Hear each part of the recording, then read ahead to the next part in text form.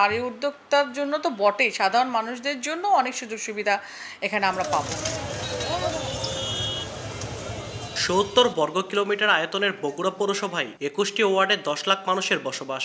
শিল্প কারখানা, medical college, তারকামানের hotel, আন্তর্জাতিক মানের ক্রিকেট স্টেডিয়াম ও চলাচল উপযোগী বিমানবন্দর রয়েছে এ জেলায়। এছাড়া সিটি কর্পোরেশন প্রতিষ্ঠা বিধিমালা ২০১০ অনুযায়ী জনসংখ্যা ও বার্ষিক আয়ের সব শর্ত পূরণ করেছে বগুড়া পৌরসভা। সর্বশেষ গত ২৮ এপ্রিল বগুড়া সদর ও শাহজাহানপুর উপজেলার ৫৭টি মৌজার নাম, জেএল নম্বর, ডাক নম্বর সহ বগুড়া পৌরসভাকে সিটি কর্পোরেশনে উন্নতি করতে গণবিজ্ঞপ্তি প্রকাশ করেছে জেলা প্রশাসন।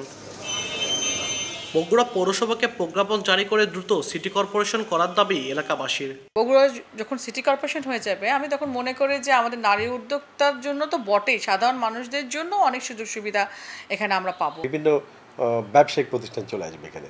তখন ব্যবসায়িক প্রতিষ্ঠান থেকে যদি সরকার ট্যাক্স নেয়, তাহলে আমার মনে হয় জনগণের উপরে কিছুটা হলেও কমবে এবং রাস্তাঘাট প্রশস্ত হবে।